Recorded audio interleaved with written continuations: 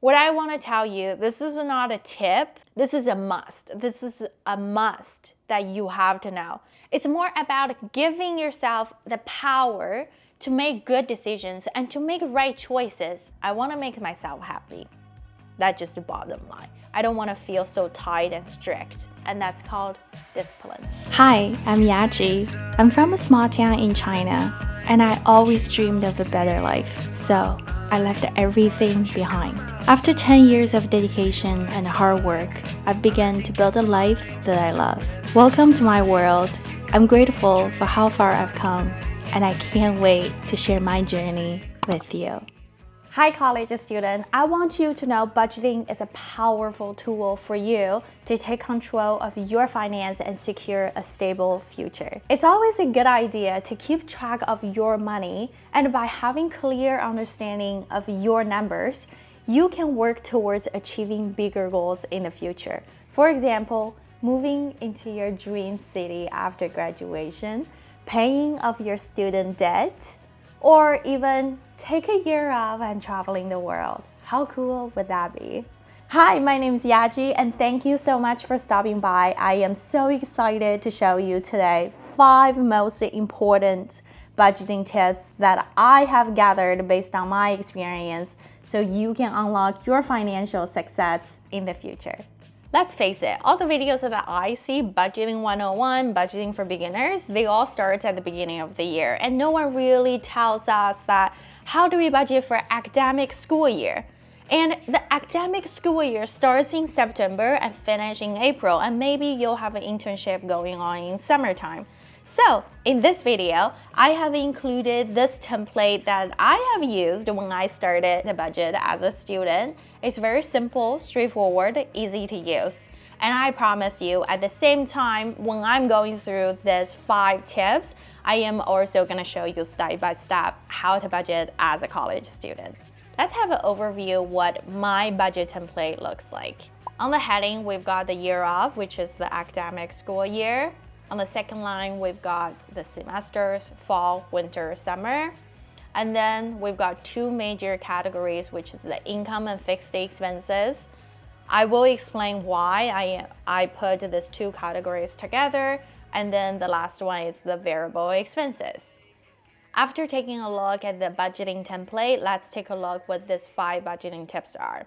First, you have to know how much money you bring in. You might be like, well, I don't have a job, like I don't have any income.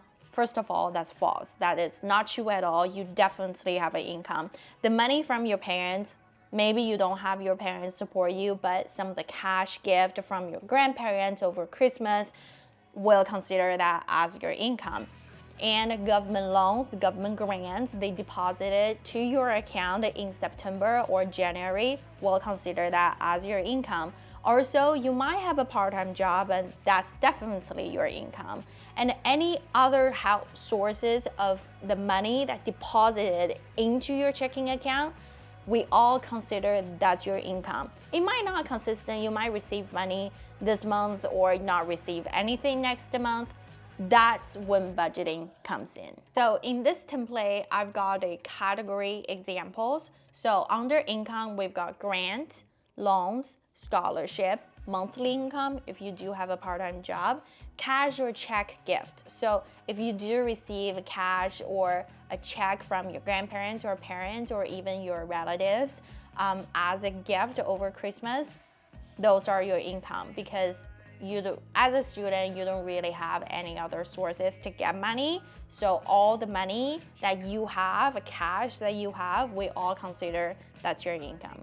So let's take a look in the category line. I want you to write down every single time when you receive money. So that means at the beginning of September, if you have applied for grants or student loans, I want you to write down exact date that the government deposited into your account. The category would be grant or loans.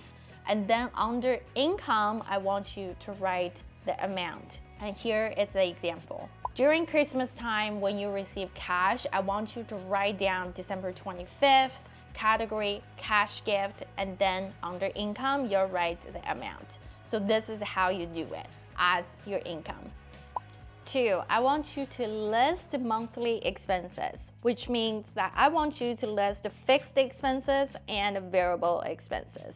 If you're in the first year of college, you might not know what are the fixed expenses and what are the variable expenses. Let me give you a quick explanation. For the fixed expenses, it's the amount that you pay every month is the same, which means you know how much you're paying. For example, the rent. You gotta know how much you pay for rent, right? Same thing with the phone bill. Maybe you don't even pay for phone bill. Your parents just pay it for you. But anyways, let's consider you pay everything by yourself. So for the phone bill, you might pay $50 a month, and you have to know how much you pay for the phone bill. Maybe utilities. Utilities can be variable, but it is a recurring expenses every single month, and you can pretty much budget how much that you pay for utilities. For the variable expenses, this is where you can really control your finance. Variable expenses is you don't know how much you will spend on a monthly basis, and maybe at the beginning of the semester, let's say September, you'll spend more because you buy books, you maybe buy a new laptop, or you buy some sort of school supplies. So your variable expenses can be very high in September. As the semester goes, you probably don't need to buy any notebooks or school books or any of that. You only need to take care of groceries, or maybe sometimes you want to dining out. So they all considered as your variable expenses, which you cannot predict. And let's take a look at the budget template. Now we know the income, the fixed expenses, and variable expenses. So after we write down the income, we do want to list out all the fixed expenses as well. So for example, we want to list out the rent, we want to list out the utility bills, phone bills, and membership that you pay every month. So after we list out income and fixed expenses, it's very simple to calculate variable expenses. Income minus fixed expenses, and what's left is your variable expenses. So I want you to write down under total variable expenses, and then we're gonna divide it by 4 because we've got 4 months. So that's your monthly variable expenses. And then I want you to count how many weeks you have in that semester and divide it by the number of weeks. In the end, I want you to count the days so you know how much that you can spend on a daily basis after you use total divided by number of days. So these are the number that you have to know by heart for that semester. And we will dive into why in the next point. This step is very important. I want you to avoid overspending at any cost. I don't want you to overspend. I don't want you to spend the money that you do not have. And that's why the numbers that you just calculate under variable expenses, the monthly, weekly, and daily, those are the numbers that you know how much you can spend on a monthly basis, on a weekly basis, or even on a daily basis. I know you might feel a little stressed to be like, well, if I only can spend $10 a day, I buy a Starbucks drink, then that's it, I can't spend it anymore. Or like grocery shopping, like I definitely spend more than $10 per day. Do not worry, I'm gonna talk about it in the next point. Tip number 4, I want you to be flexible and be smart and make adjustments. So like we said before, you might just have $10 per day in variable expenses that you can spend, right? I know $10 is a little low, but you probably have more than $10. But you don't have to be so strict on how much that you spend on a daily basis. Let's say you buy a grocery load on a Sunday and you spend $30, right? So that's 3 days of variable expenses. So now you can tell yourself, well, now I bought groceries, I should not go out until Thursday because I've already used this $30 to buy groceries. So I can't because my variable expenses, it's done. For those 3 days, it's done. So I cannot go out, I cannot buy coffee, I cannot do this, I cannot do that. So that's where being flexible comes in. So let's say if you didn't spend that $10 today, that $10 simply carry over to the next day. So if you want to treat yourself with pizza, with drink, with going out, go out on weekend. You deserve to treat yourself if you didn't spend money for 2-3 days, right? So that's where I meant being flexible and try to make adjustment. I don't want you to be so nerdy to be like, well, I only can spend $300 this month. No, if you didn't spend all $300, you've got extra $50 carried over to the next month. That means next month, you've got extra $50 where you can spend on whatever things that you like. You probably want to go out. You probably want to buy a shirt, a dress, or a makeup thing. Anything you want. The last tip, and this is so crucial. Like, I want you never ever have credit card debt. Let's look at the internet. I did a quick Google search, says what percentage of Americans are in credit card debt? Here's the answer. Most Americans have some credit card debt. A recent survey found that 3 in 5 Americans, which is 61%, are in credit card debt, owing an average of $5,875. In addition, 23% say they go deeper into credit card debt every month, and 14% say they've missed a payment in 2023. I want you to take a moment here. This might not mean anything to you because you don't really know what is that credit card debt looks like if you're just freshly in the college, or maybe you don't even have a credit card yet. But I want you to know a credit card interest rate annually is 21%, which is 1.75% monthly, 21 divided by 12. So if you use your calculator, 5,875 times 0.0175 is $102. That's $102 every month that you would, because you can't use it, and then you just throw it away. That's basically it. On the other hand, I want you to think how many stuff that you can buy to satisfy yourself, to make yourself happier with that $100 per month. You can do so many things. You can have a night out for that $100. If you're a guy, you can take your girlfriend out for $100. And for $100, you can buy a train ticket to go somewhere.